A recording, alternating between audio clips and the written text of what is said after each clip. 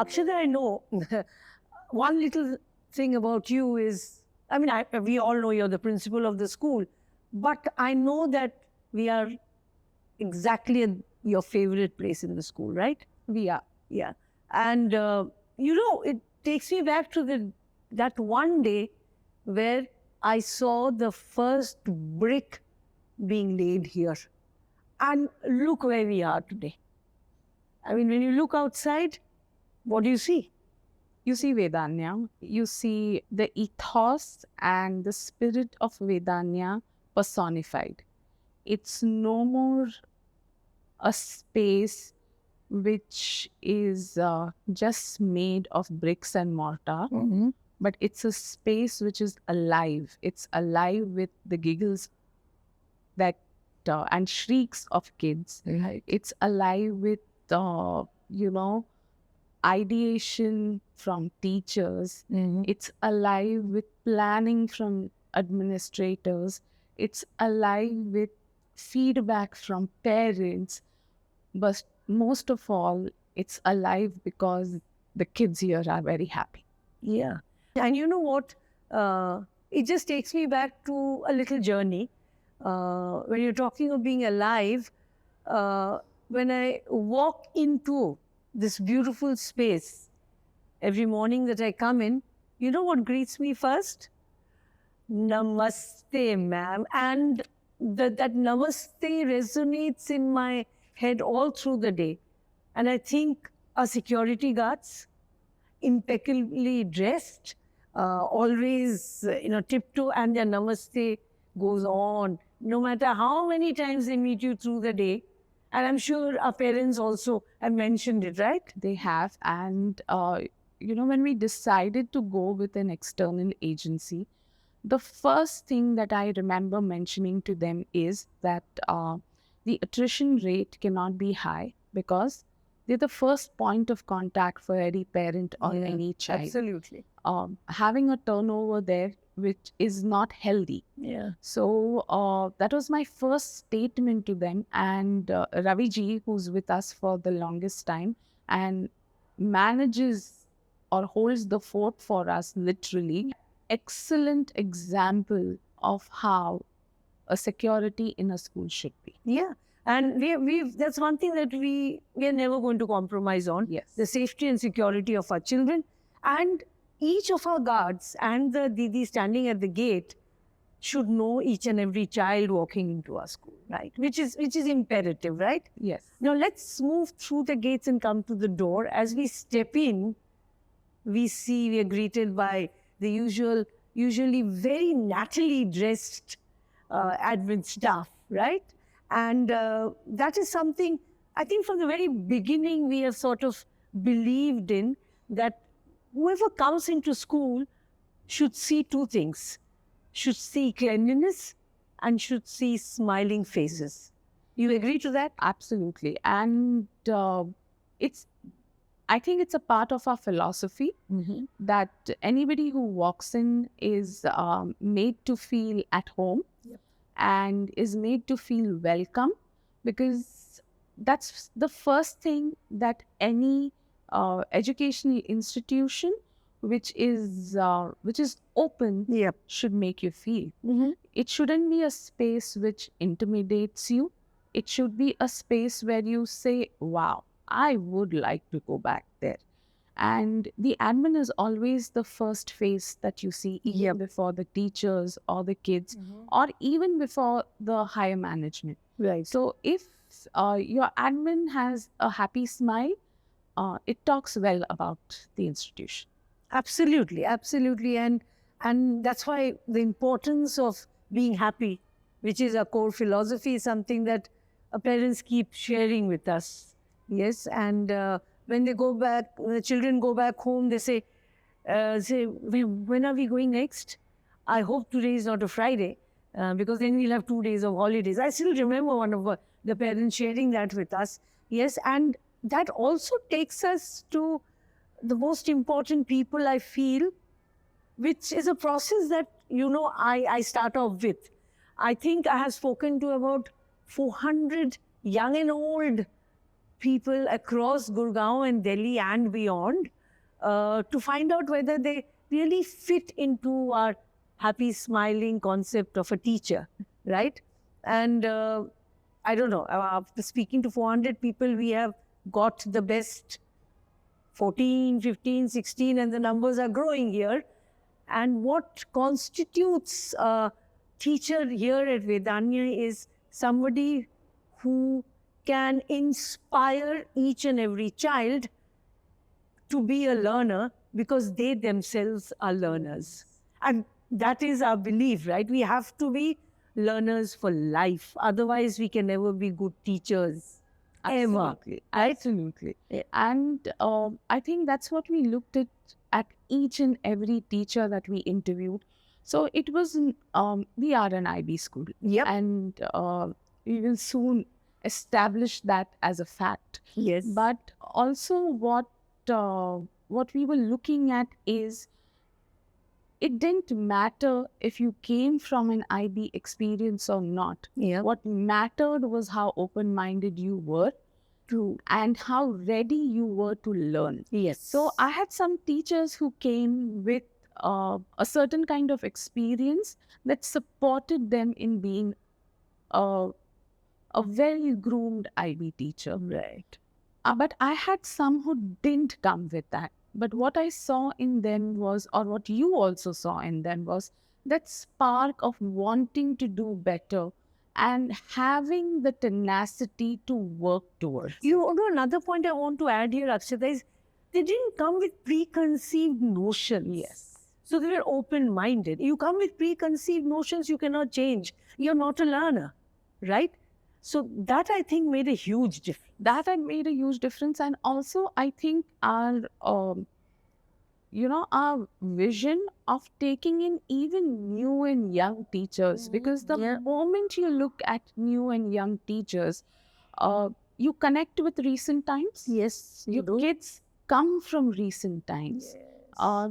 There may be a certain kind of disconnect with an older lot, may or may not be, because if a teacher is open enough to learn, then there is no. Hey, I'm still learning even with my grades. Huh? Yeah, I'm still learning. I know. Okay. I vouch for it. Okay. I vouch for it. Yeah. But that is what I wanted to say. That getting in that young crop, and I mean young at heart. Yeah. Young at heart. Yeah. Which has nothing to do with age, but also to do with age. Yeah. Gets in a novelty or a newness, which is an inspiration in itself. Right. So you have a group of teachers who are settled, but a new group unsettles them because there are new viewpoints, and we cannot disagree to that. Because, as we always know, that education is a social science, and the pace at which society is changing is unbelievable. Look at what AI has done. I know. Absolutely. So, if you need to know how to not block out the change, but if you need to know how to make peace and how to use that change for your benefit, then you need to have that new crop coming. And you need to have also, that means you need to have the patience till that new person gets trained. Yes, of course. So you can't expect a 360-degree transformation, any teacher coming in from a different background altogether, to happen overnight. Yes. We as senior management should have that patience, should give that space to the teacher. And I think space has a different connotation here, apart from these open spaces that we have around us.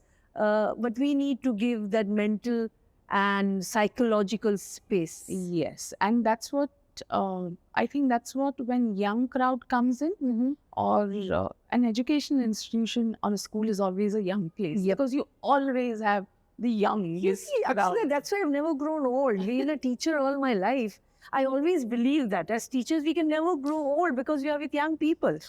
I mean, disagree a little bit, because it may not happen at definitely does not happen at Vedanya, but it does happen that processes get dogmatic. Yes, of course. Change those processes, then you restrict yourself, you become rigid, and we have seen that as educationists, we have met those kind of examples, and that is exactly at Vedanya where what none of us want to be. Yes, absolutely. So we want that space to be given to us and to be given to others to evolve. So Now, I'm going to interrupt you here for a minute. And that's the reason why today, when we are sitting here, we have not restricted people from walking across the corridor because they are doing their work. Your camera might, you will see, those who are watching it will see people walking up and down.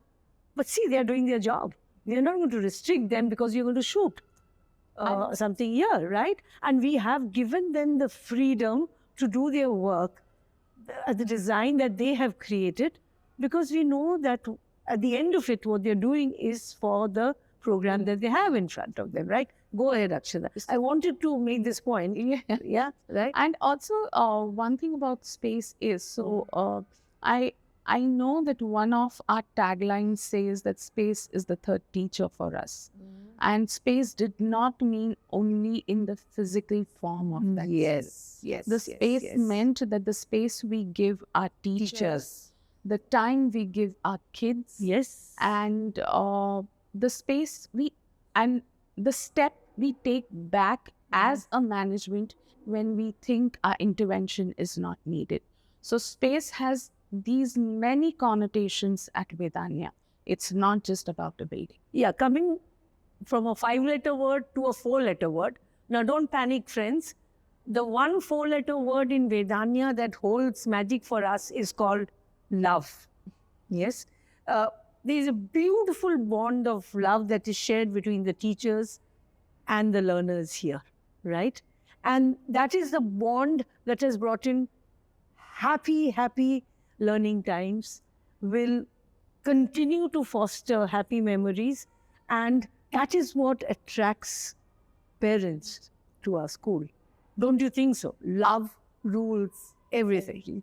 Love rules everything. And as a personal belief, I believe that if one person is happy, everybody in the periphery of that person is happy. So if Vedanya is happy, if Vedanya is a happy space, everybody in the teacher's periphery is going to be happy.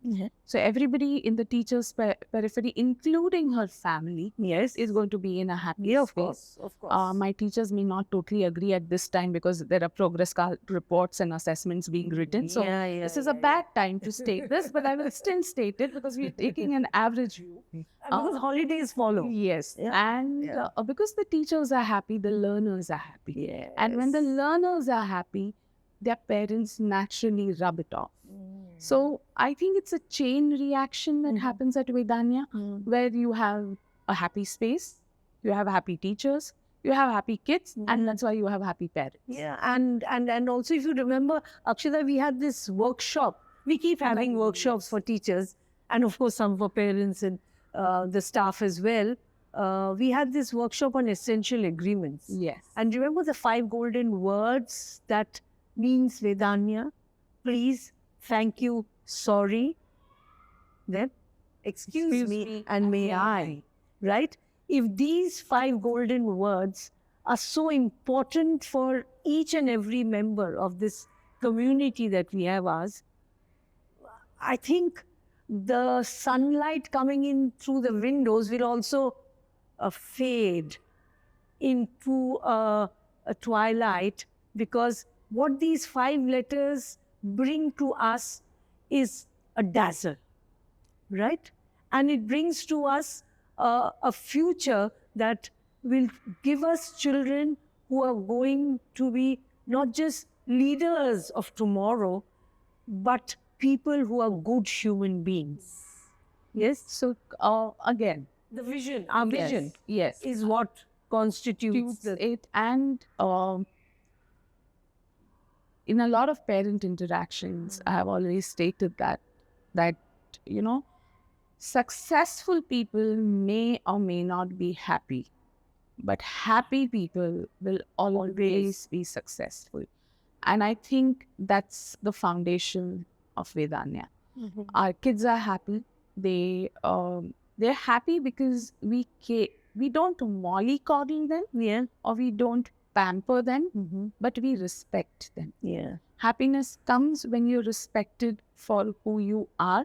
You're acknowledged with whatever your strengths are or whatever you're working at. So if there is an acknowledgement of that, I think it's a happy space for everybody here. And that is not only for our kids, but it's also for all the members who are a part of the Yes. And just to add here, there is a little secret drawer in our principal's room, which, I mean, you will be pleasantly surprised to know they have at least 5 to 6 different varieties of chocolates, packets of gummy bags, candies, because every person who comes here into Vedanya, be it a 2-year-old, be it a 25-year-old, or be it a 60-year-old, will, at the end of the day, be handed over a tray full to choose from, whichever suits you that day. Am I right with that? Okay, Yes. so that's not mollycoddling. That is sharing a little sweet delight for coming into Vedanya, right? Yes, and also, that's an ulterior and selfish motive because I want to feel connected to my kids. Parents are Yeah, pleasant. I know. Because I know as a principal, you feel there's so much of work to do, right? The paperwork and sending messages and writing emails. That's the only way that you can have a them come into connection. your room and hold your hand. And So they come into my room not for. It didn't start with gummy bears. it So didn't start with them. it started because they were probably on a sound hunt, or they were probably, asking me questions for an interview, Right. or they were conducting a survey of all the members of the school and getting to know the school community better. Right. So it started with that. So when they ended doing a good job, they were given Little treat. a little. Of course, a little everybody treat. deserves. But now it's become kind of a motivation that, okay, if we do good work and we go and do it with her, it always works. yeah, we're going to get a gummy bear. And, But I know most of us finish the gummy bears before the kids have it. yeah, so I have to replenish it all the time, all the time. But that also, we can't let them lose their childhood. No. And that's those little tempts are a part of everybody's childhood. Like, you will always remember an aunt or an uncle who got you that special treat. Yes.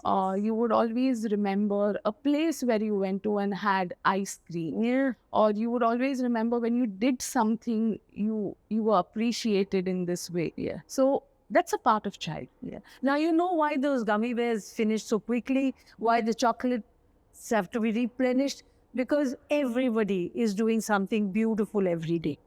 And they are. And that is Vedanya. Yes. Right? And that is the message that we really want to share with our parents. That also comes Be from, happy. Yeah. And come here. Yeah, Be that happy. also comes from a fact that, of course, we care about what the end product looks, but not in the aesthetic sense. We care about what the end product looks for the efforts our kids have put into. Yes, absolutely. And that process. Celebrate each effort. Yes, celebrate each effort, and that effort will definitely show results. It's the efforts that matter in the end. It's not the product, because efforts is where you evolve, you empower yourself, you understand yourself better, and then whatever the result may be, it's always a beautiful. Yeah. And also, like, we are sitting here in this room and you see those glass around, because I wish we could have a swivel camera where we could show around the school. But believe you me, for us, transparency and openness is very, very important, because we believe that when we are honest in our efforts, there's nothing that we keep covered or hidden. The truth is always there out in the open. Like when you come into the building, you'll see the openness, you'll see sunshine streaming in, There are no shadows anywhere. And this is a place to be because we take care of each and every child who is here. We see that they come into school with a smile and they leave school with an equally dazzling smile. Our teachers wish for their holidays, but they want the next session to start soon because a lot of learning happens. Okay, Akshada, why do you think, when we're designing it, we got an entire floor for sustainability? I mean, why we thought about it is because we are sitting in the NCR where the whole world is only talking about the pollution that's there and why it is unhygienic for children to be here. So to control it, there are various things that we need to do. So we thought from the beginning when we were designing a school, let's have the entire floor for sustainability so that we teach the children, right? That what it needs to be, to have a floor where you can play with the soil, where you learn how it's important to grow plants, to take the vegetables that you grow and take them back to your home and learn the joys of simple farming. Do you think it's working? Do you think what's happening? So we started with calling it this fashionable name of being the sustainability floor. And we pretty soon changed it to Mitti class. Because one of our kids christened it, saying it's Mitti class. Oh, lovely. It was a youngest, and they were getting ready to go up there. And when getting ready to go up there, one of them said, "Oh, are we going to Mitti class?" And from that day on, lovely, yes, it's been Mitti class. But it also made us think that how connected each child is to soil. Yes. And it's a rare commodity today. Parents are more bothered about germs, hygiene. So they have forgotten what soil can do for a child's developmental needs. We do all the fancy things. We get them open-ended toys. We take them for play dates. We just don't let them feel and play with the soil anymore. It has done so much for our kids to settle down. And I'm just talking about the mental impact or the emotional impact it has had on every child. It's a calming space. It's something that keeps them grounded, that they enjoy immensely. And from that enjoyment comes a learning of how to nurture. So the first thing that they do is to enjoy. And the next part, that because I enjoy this, I need to nurture this. Yes. And we've seen through the year, there has been winter sowing, there has been summer sowing, and they've reaped the fruits of all of it. But more than anything, what we saw is they collaboratively working together, being sad when a plant didn't make it. Yes. But that's a reality. They have to know that. Yes. But being extremely joyful when they saw an harvest from a certain plant. They have taken back tomatoes, radish, beetroot, pak chow. They have taken back palak. Then also what's important is maybe some of these vegetables children will never eat, but because they are growing it themselves, maybe they'll say, okay, Mama, let's cook it and let's see how a beetroot tastes. We have photos sent by parents of salads that were made, parathas that were made, sabzis that were made. And it's amazing how kids have started eating everything that is put on their plate. And one of the biggest reasons, I think, is the amount we stress on sustainability, and we do it through urban farming. So this is a concept about urban farming and having the kids connect, but it has more of an impact than just related to urban farming. It has an impact on their mental and emotional well-being. Absolutely. And if I now go to another very important aspect of, again, I'm going back to when we were planning, we said, we have design technology and all those tinkering, makey, everything for the middle years program, right? They said we are going to have it for 10-year-olds and beyond that, or the diploma students, 11 and 12, will have design technology as a subject. We said no.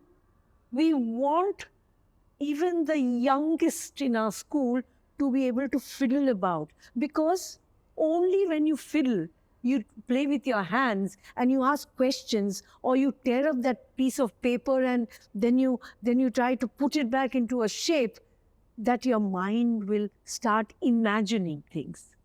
You'll start asking questions.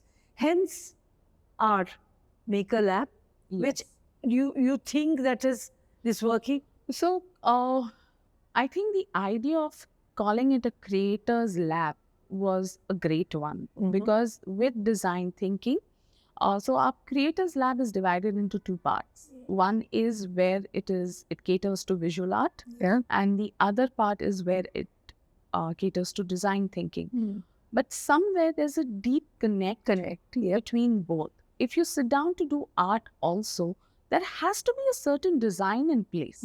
That design may evolve over time. The same is with design thinking. When you start with an idea, that idea evolves over time. There is a certain kind of experimentation that is needed. There is a certain kind of creativity, evolution that is needed.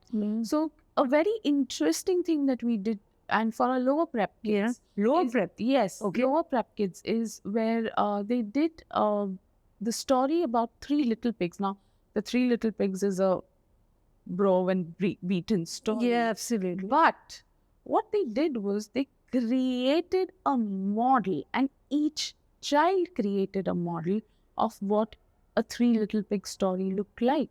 And so the house of sticks and straws and the one made of bricks. Yes. Okay. And, the ideation was that, okay, if it's a house of straw, what would it look like?